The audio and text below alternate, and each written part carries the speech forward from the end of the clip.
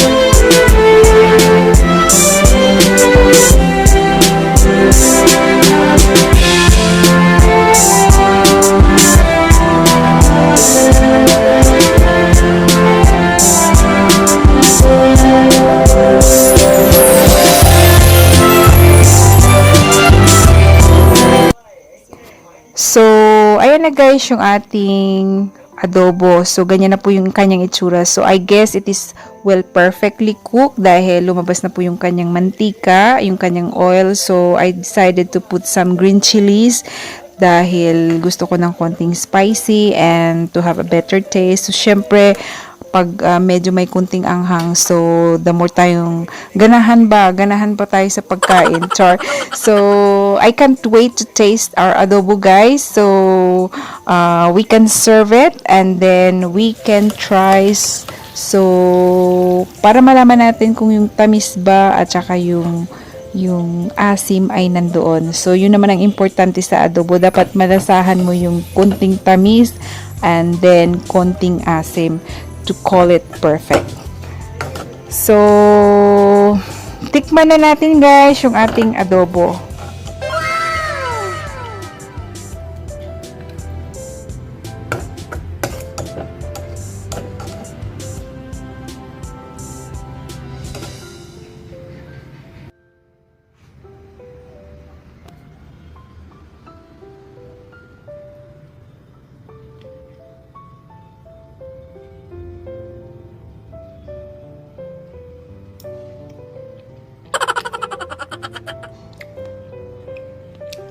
Sarap siya guys. So ito guys, intensyahan na natin yung ating adobo. So I'm sure masarap ito. So try natin guys.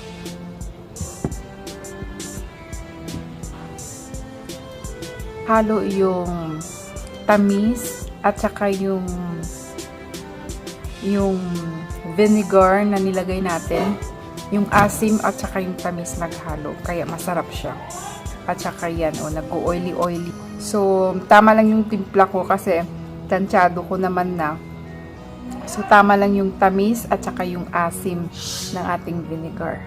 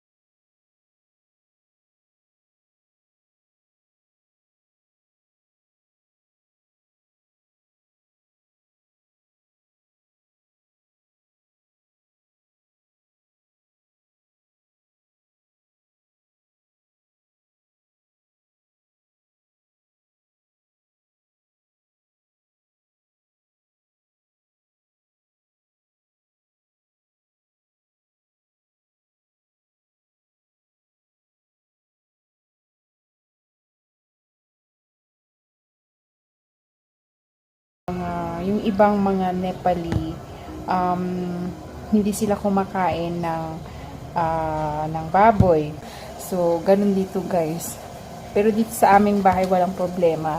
Ang tanging hindi lang namin dito kinakain, I'm almost 11 years here, pero ang hindi lang namin, ang hindi ko natandaan na bumili yung nanay ko ng karne ng baka.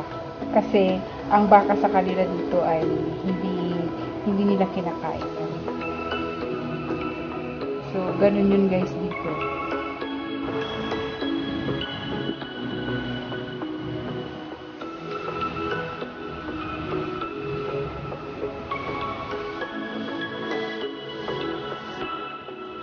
So that's all for today's guys. Thank you for watching and see you on my next vlog. So stay healthy everyone. Bye!